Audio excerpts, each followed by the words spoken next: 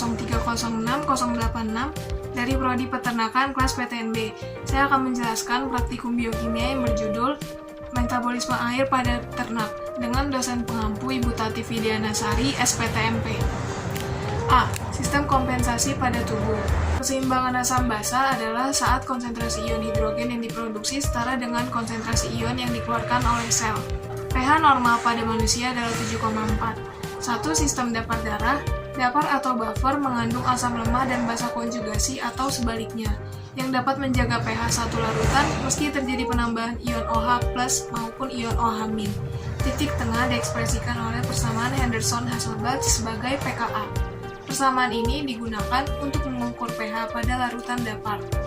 Garam bikarbonat atau BaCO3 dan HaCO3 yaitu asam karbonat. Ion bikarbonat akan berubah menjadi asam karbonat, kemudian membentuk CO2. Bila darah menerima zat basa, asam karbonat berubah menjadi ion bikarbonat. Untuk mempertahankan perbandingan 20:1, CO2 di paru-paru akan larut dalam darah membentuk asam karbonat. 2. Sistem respirasi, di mana tubuh menggunakan oksigen dan menyingkirkan karbon dioksida serta uap air, yang melibatkan pemasukan O2 dan pelepasan CO2 di alveoli, transportasi O2 dari alveoli ke jaringan, dan transportasi CO2 dari jaringan ke alveoli, yang ditentukan oleh proses difusi udara, tekanan parsial gas dalam udara pernapasan. Transportasi O2 dalam darah berbentuk gas larut dalam plasma yang sedikit, dan O2 yang terikat hemoglobin. Transportasi CO2 dalam darah berbentuk gas larut dalam plasma yang sedikit, asam karbonat larut dalam plasma yang sedikit, ikatan karbamino dengan protein darah termasuk Hb 20%, dan garam bikarbonat 70%. Peranan sistem pernapasan dalam keseimbangan asam basa yaitu mengatur kandungan H2CO3 darah dengan mengatur ventilasi, ekskresi, retensi CO2.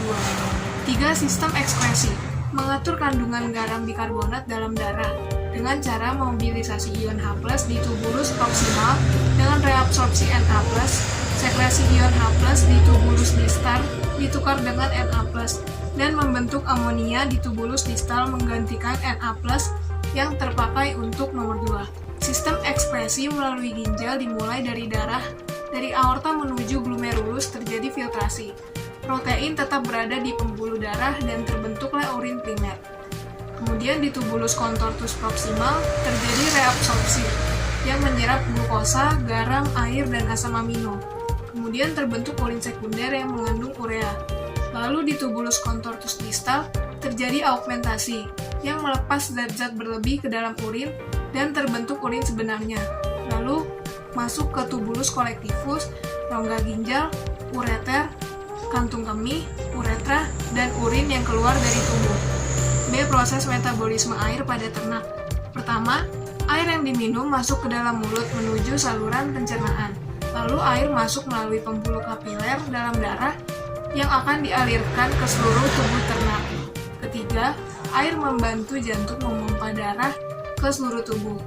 Saat air sampai di paru-paru, akan terjadi pertukaran O2 dan CO2. Lalu terjadi pada organ hati ternak. Air membantu proses metabolisme karbohidrat, lemak, dan protein. Kemudian air menuju ginjal ternak. Air membantu ginjal pada ternak dalam proses penyaringan zat sisa untuk dikeluarkan bersama urin ternak.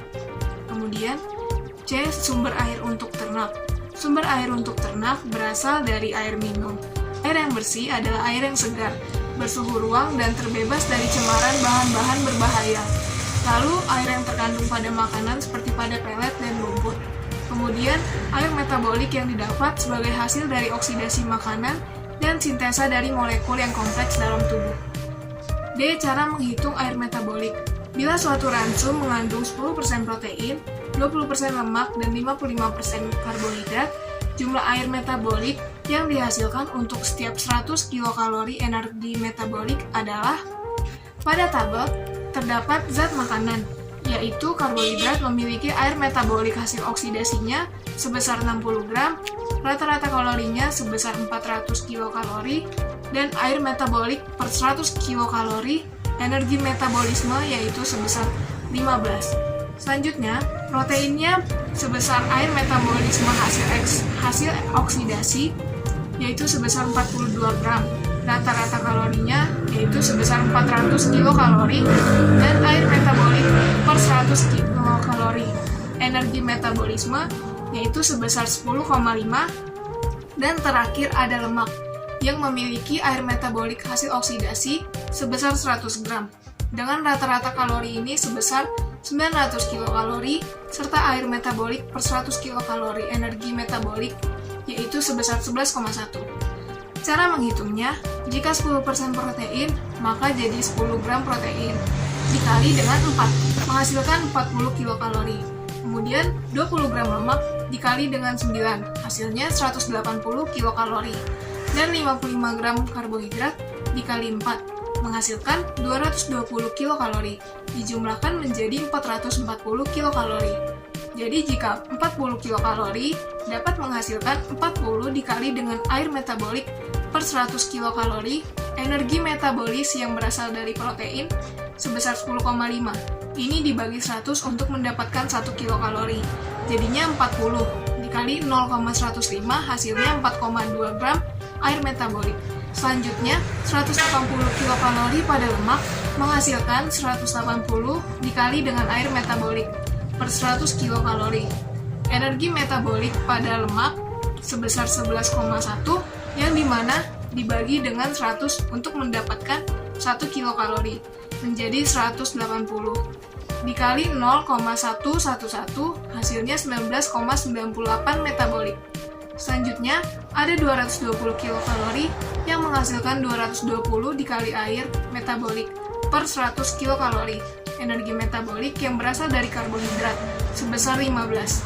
Ini dibagi 100 untuk mendapatkan 1 kilokalori sehingga didapat 220 kilokalori dikali 0,150 menghasilkan 33 gram air metabolik. Metabolik semua dijumlahkan mendapatkan 57 air metabolik. Jadi, bila energi ransum 1 kilokalori, maka air metabolik yang dihasilkan adalah 57 gram untuk 100 kilokalori energi metabolik.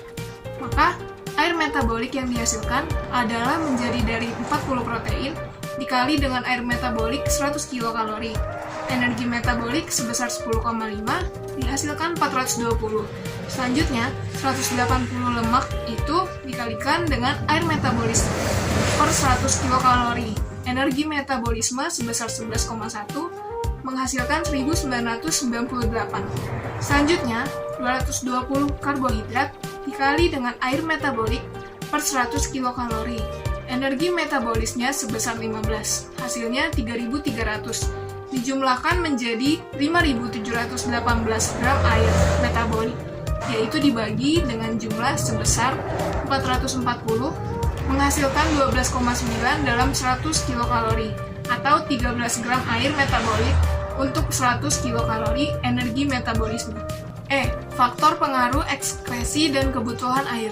1. Hilangnya air lewat kulit yang pada mamalia umumnya akan melepaskan panas untuk mengatur temperatur tubuh. Jumlah air yang hilang melalui kulit akan meningkat dengan meningkatnya aktivitas fisik dan temperatur lingkungan.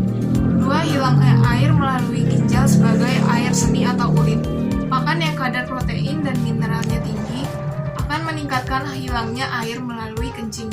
Di samping itu, meningkatnya mineral natrium dalam tubuh akan banyak air yang diabsorpsi, sehingga menimbulkan odema pada otak dan asites, atau terlalu banyak cairan dalam rongga tubuh.